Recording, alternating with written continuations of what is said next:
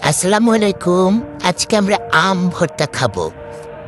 আম ভর্তা খাওয়ার জন্য প্রথমে আমাদের নিয়ে নিতে হবে ফাটা ফাটা ২-৩ দিন আগের বাসি কিছু কুটে রাখা আম। সেগুলি সুন্দর করে ধুয়ে তারপরে যেভাবে ছিলে নিতে হবে। খুবই তাড়াতাড়ি ছিলতে হবে যেন আপনার হাতটা কেটে যায়। তারপরে এই যেভাবে সুন্দর করে একটা ফুল গাছের কাছে নিয়ে ধুয়ে নেবেন। অবশ্যই ফুল গাছের কাছে নিতে হবে, না হলে স্বাদ লাগবে না।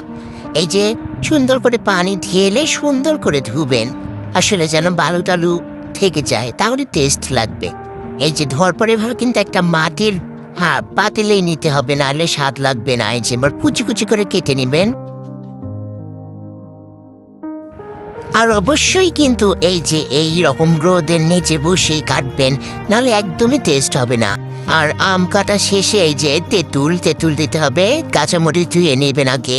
কাঁচামরিচ দিতেই হবে, যে কুচি কুচি কুচি কুচি কুচি কুচি কুচি কুচি করে কাঁচামরিচ কেটে নেবেন। এবার সেই মাটির পাত্রে কাঁচামরিচের উপর লবণ দিয়ে ভালো মতো মিশিয়ে নেবেন, যেন মরিচগুলো একদম ফেসা ফেসা হইয়া যায় আর কি।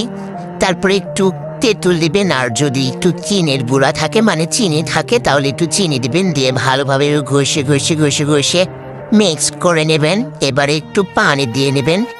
পানি দিলে তেঁতুলটা একটু ভালোভাবে মিক্সড হবে, নরম হবে। তারপরে তেঁতুল দিয়ে চিনি দিয়ে লবণ দিয়ে মানে সব মিক্সড করে কুচি কুচি কুচি করে করে কেটে রাখা আমগুলো দিয়ে দিবেন। এবার সুন্দর করে ঘেঁচাং ঘেঁচাং করে মাখিয়ে নেবেন। এই যে দেখতে পাচ্ছেন আমি যেভাবে মাখাচ্ছি, এভাবে মাখাবেন। আর অবশ্যই কিন্তু হাতে চুড়ি পরে নিতে হবে, তাহলে চুড়ি পরলে স্বাদ বেশি লাগবে। আর এই যে এরকম একটি পেয়ারা পাতা নিয়ে নেবেন। পেয়ারা পাতা না থাকলে কলা পাতা নেবেন। তারপরে এই যে এরকম মাধবীলতা ফুলের সাথে কিছু সুন্দর সুন্দর ক্লিপ করে নেবেন, ভিডিও আর কি। তারপরে এভাবে ঘুরে ঘুরে ভিডিও করে নেবেন, নাহলে কিন্তু স্বাদ একদমই হবে না। এগুলোই আর কি স্বাদের মেন কারণ। যত বেশি ভিডিও করবেন আর কি, তত স্বাদ বেশি হবে আর কি, টেস্টটা একটু বেশি হবে। এই যে হয়ে গেছে আমাদের ভিডিও করা।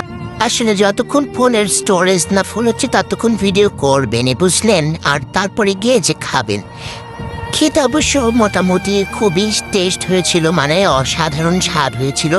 নিজের মুখে না বলাই ভালো। যে দেখেন সব কারাকারি লেগে গেছে।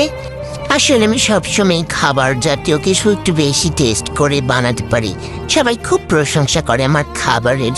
তো যাই হোক, এভাবে কারাগারি করে খাবেন, তবে এই মেন স্বাদটা পাবেন, না হলে কিন্তু একদমই স্বাদ পাবেন না। খাওয়া শেষে এবার এই যে ছোট বোনের জন্য ভাগ করে রেখে দেওয়া হবে, ওগুলো থেকেও নিতেই হবে, বুঝলেন? দেখা যাক আপা আমাদের নিতে পারে কিনা।